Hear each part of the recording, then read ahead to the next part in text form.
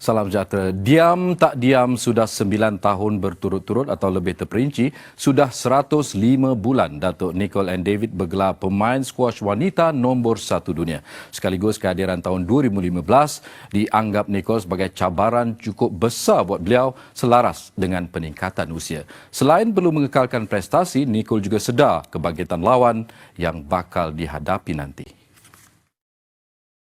I just can't believe it's been 9 years and being at number one. I mean, just the number one ranking at January. I don't know. It's just been such a fun and exciting journey. Obviously, there's been a lot of tough moments, but I really have learned to grow as a person through squash and hoping to just see more of what to come. Ranking terbaru yang dikeluarkan Persekutuan Skuash Dunia WSA minggu lalu, Nicol mengumpul mata keseluruhan 29,125 mata, manakala di tempat kedua pemain Mesir Ranim El-Walili selepas menghadiahkan 2 pingat emas pada Sukan Asia di Korea Selatan dan 1 pingat emas berserangan pada Sukan Commonwealth Scotland tahun lalu. Untuk tahun 2015, Nicol kini meneruskan pemburuan kejuaraan kepada saingan terbuka British, terbuka Amerika Syarikat, kejuaraan dunia dan kejohanan Grand Slam. Dalam pada itu meniti kemuncak kerjayanya, Nicol tetap merasakan situasi perit yang dialami bekas pemain badminton nombor 1 dunia, Datuk Lee Chong Wei. Nicol yakin banyak pihak akan tampil membantu Chong Wei melalui saat-saat getir itu. I know for a fact that Chong Wei has really worked hard and done the nation proud and in all his achievements and whatever has come up, I'm sure that our Ministry of Sports will look after him and see how everything will pan out for him. I hope for the best for him. Kejayaan Nicol mengekalkan gelaran pemain nombor 1 dunia turut diraihkan sebuah universiti swasta di ibu negara siang tadi. Tahniah Datuk Nicol. Berapa saja kos membaiki stadium ini Temerloh, sama ada RM4,000 maupun RM500,000 seperti dua kenyataan berbeza yang di-Pertua Majlis Perbandaran Temerloh Datuk Syed Muhammad Noor Syed Jaafar sebelum ini. Peminat sukan di Temerloh mengharapkan kompleks sukan itu dapat dibaiki segera untuk kegunaan acara sukan termasuk Liga Malaysia musim baru. Yang pasti, tinjauan ke stadium berkenaan siang tadi mendapati banyak kerja perlu dilakukan Majlis Perbandaran Temerloh MPT untuk mengembalikan stadium itu seperti keadaan asal selepas dilanda banjir besar. Bagi penduduk Temerloh yang melihat sendiri keadaan stadium itu pasca banjir, memang stadium kedua pasukan bola sepak Pahang ini terjejas teruk dan banyak kerja baik pulih perlu dilakukan. Harapan mereka cukup tinggi untuk ia segera dibaik pulih agar perlawanan Liga Malaysia dapat terus diadakan di sini. Saya haraplah pihak FPT dapat membaik pulihnya dengan segera, memandangkan Liga Malaysia pun dah nak mula tak lama lagi. Jadi stadium ini pun salah satu stadium alternatif untuk negeri Pahang ni. 4,000 ke 500,000 pun, tapi yang lebih penting adalah untuk kami rakyat Temerloh memastikan agar stadium ni dibaik pulih secepat mungkinlah.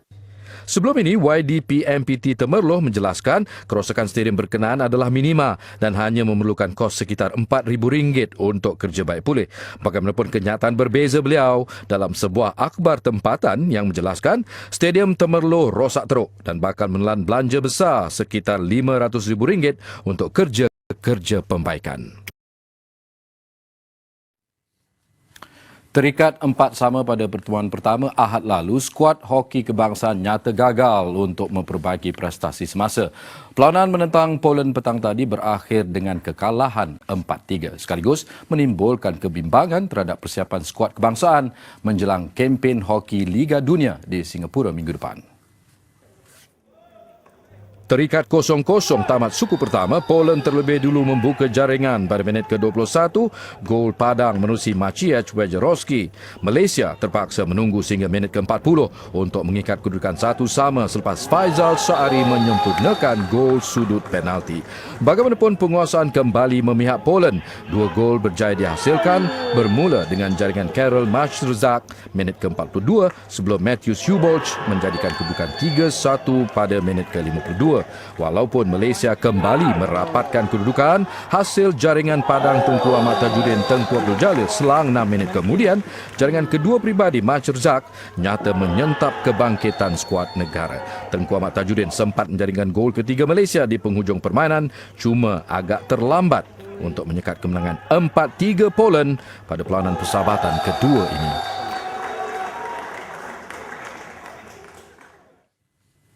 Bola sepak kejohanan antarabangsa France bawah 18 tahun, skuad France Malaysia akan turun untuk aksi kedua kumpulan D menentang klub Argentina Estudiantes di Stadium Shah Alam jam 9 malam ini.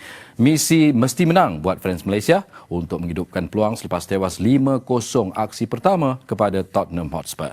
Dalam pada itu, Spurs petang tadi seperti dijangka mencatat kemenangan kedua mengatasi AIFF India 3-1.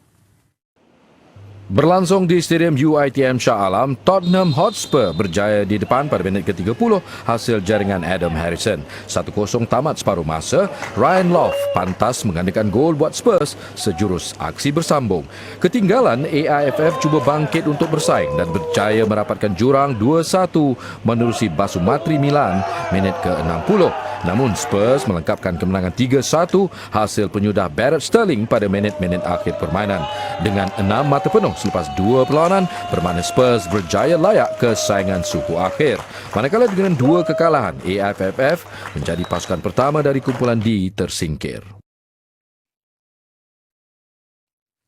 Ke peringkat kedua, saingan Rally Dakar, peringkat terpanjang bermula di Via Carlos Paz ke San Juan di Argentina, menyaksikan Juan Barreda muncul juara kategori motosikal, manakala Nasir Al-Attiyah menguasai kategori kereta.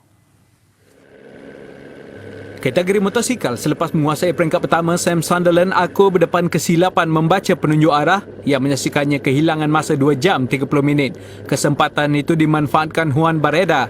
Meskipun menerima saingan sengit dari Mark Koma, masalah tayar pancit ketika 60 km terakhir menghalang Koma terus mencabar. Barreda mencatat kejuaraan peringkat ke-11 pribadinya dengan catatan 5 jam 46 minit dan 6 saat. Kategori kereta pula, kerosakan jentera dialami pelumba Amerika Syarikat Robbie Gordon. Beliau kehilangan hampir 1 jam susulan masalah brek, sekaligus memberi kelebihan buat Nasir Al-Attiyah. Selepas dikenakan penalti selama 2 minit pada pusingan pembukaan, Nasir bangkit untuk muncul juara peringkat kedua. Pemandu yang berasal dari Qatar ini menamatkan perlumbaan dengan kepantasan 5 jam 4 minit dan 50 saat.